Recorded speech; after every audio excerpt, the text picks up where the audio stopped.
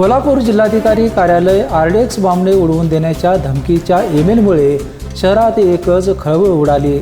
जिल्हाधिकारी अमोल येडगे यांनी तात्काळ बॉम्ब शोधक यंत्रणेला पाचारण करून जिल्हाधिकारी कार्यालय परिसरात शोध मोहीम राबवली। मात्र कार्यालय परिसरात कोणतीही संशयास्पद वस्तू आढळली नाही, त्यामुळे सर्वांनी सुटकेचा निश्वास टाकला। जिल्हाधिकाऱ्यांनी हा खोडसाळपणाने केलेला ईमेल असण्याची शक्यता वर्तवून कार्यालयीन कामकाज सुरळीत ठेवले। खबरदारीचा उपाय म्हणून कार्यालय परिसरात सुरक्षा ठेवण्यात आली।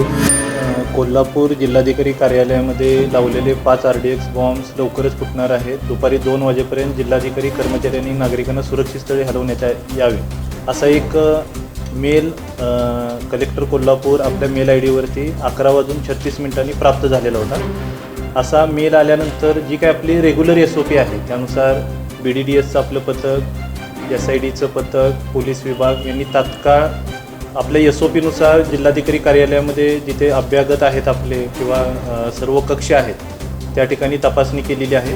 अशा पद्धतीचं कोणत्याही पद्धतीचं जे काही मेल आलेलं आहे त्या पद्धतीची परिस्थिती काही आढळून आलेली नाही। सर्व अभ्यागतांची सुरक्षा लक्षात घेऊन BDDS पथकाने सर्व तपासणी केलेली आहे। शक्यतो हा मेल आहे तो काहीतरी कोणी खोडसाळपणे केलेला असू शकतो असं सध्या निदर्शनास येते, परंतु तरीसुद्धा लोकांची सुरक्षितता लक्षात घेऊन आपण जी काही तपासणी करायची ती कार्यवाही केलेली आहे।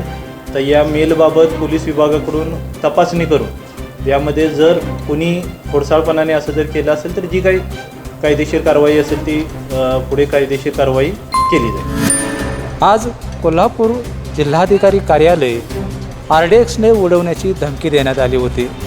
साधारणतः 2च्या आसपास हे कार्यालय उडवण्याचा मेल आलेला होता।